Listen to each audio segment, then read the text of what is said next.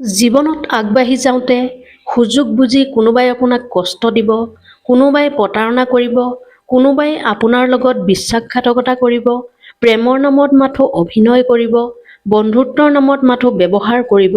সেইবাবে আপুনি যিমানেই সোনকালে এইবোৰ কথা বুজিব, সিমানেই আপুনি নিজকে বচাই ৰাখিব পাৰিব।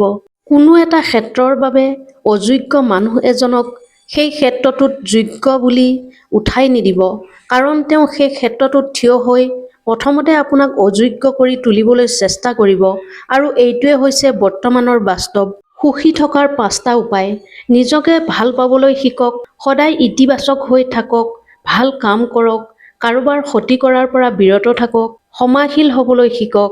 বৃদ্ধ বয়সত যিজনৰ পিতৃ-মাতৃ তেওঁৰ পৰা আঁতৰি থাকে, সেইজনেই আটাইতকৈ দুখীয়া আৰু দুৰ্ভাগ্যজনক ব্যক্তি।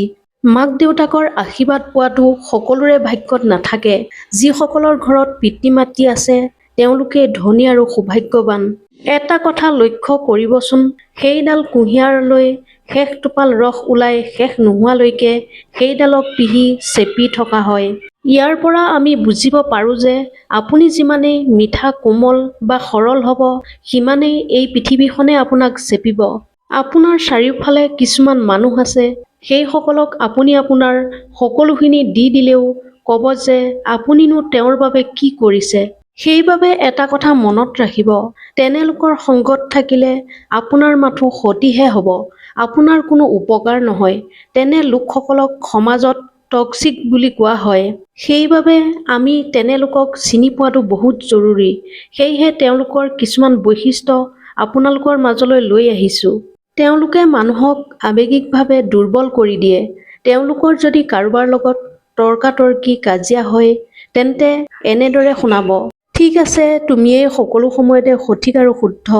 মইতো সদায় ভুলেই কৰোঁ।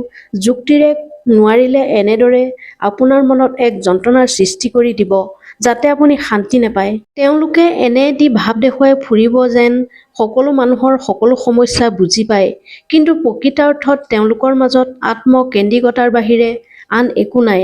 কোনোবাই নিজৰ কোনো দুখ-কষ্টৰ কথা প্ৰকাশ কৰিব বিচাৰিলে তেওঁলোকে সেইটোকে গুৰুত্ব নিদিয়াকৈ নিজৰ বিষয়ে ক'বলৈ আৰম্ভ কৰি দিয়ে। সহানুভূতিশীলতা বুলিবলৈ কোনো শব্দ তেওঁলোকৰ অভিধানত নাই। তেওঁলোকে নিজৰ সমস্যাটোকে মুখ্য বুলি ভাবে, আনৰ সমস্যাৰ কথা বুজিবলৈ চেষ্টা নকৰে। তেওঁলোকে সকলো সময়তে আনক নিয়ন্ত্ৰণ কৰিবলৈ চেষ্টা কৰে, সকলোৰে ওপৰত জোৰ কৰি নিজৰ সিদ্ধান্ত চপাই দিব বিচাৰে। তেওঁলোকে সাধাৰণতে আনৰ উপকাৰ স্বীকাৰ নকৰে। ভুলবশতঃ কেতিয়াবা যদি স্বীকাৰো কৰে, তেন্তে তেওঁলোকৰ শব্দচয়ন এনেকুৱা হয় যে আপোনাৰ ভাল লগাৰ বিপৰীতে বেয়া লগাৰ অনুভূতি জাগি উঠে। যেনে, তুমি মোৰ বহুত ডাঙৰ উপকাৰ কৰিছা, যিটো মই তোমাৰ পৰা আশা কৰা নাছিলোঁ, অথবা এই উপকাৰটো তুমি নকৰিলেও বেলেগে কৰি দিলে হয়। তেওঁলোকে একো কথাৰে পজিটিভিটি গ্ৰহণ কৰিব নোৱাৰে। ভাল বস্তুবোৰক কেৱল নিজৰ বুলিয়েই ভাবে। সকলো বস্তুৰে বেয়া দিশটো তেওঁলোকে দেখে।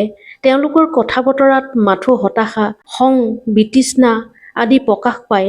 তেওঁলোকৰ লগত কথা পাতিলে আপোনাৰ এনে লাগিব যেন পৃথিৱীৰ সকলো বস্তু অথবা সকলো লোকেই বেয়া। ফলত তেওঁলোকে কোনো কাৰণতেই কাকো অনুপ্ৰাণিত কৰিব নোৱাৰে। তেওঁলোকে সকলো সময়তে আনৰ ওচৰত নিজকে বহুত কষ্টত আছে বুলি প্ৰমাণিত কৰিব বিচাৰে। তেওঁলোকে এনে মনোভাৱেৰে আনৰ মনোযোগ আকৰ্ষণ কৰিব বিচাৰে। তেওঁলোক নিজৰ ক্ষেত্ৰত বৰ সহনশীলতা স্বভাৱৰ, আনক উপলুঙা কৰিবলৈ বৰ ভাল পায়, কিন্তু কোনোবাই যদি তেওঁলোকক সমালোচনা কৰে তেন্তে সহিব নোৱাৰে। এনে ভাৱ প্ৰকাশ কৰিব যেন তেওঁলোকৰ বিষয়ে কিবা কোৱাৰ অধিকাৰ কাৰোৰে নাই।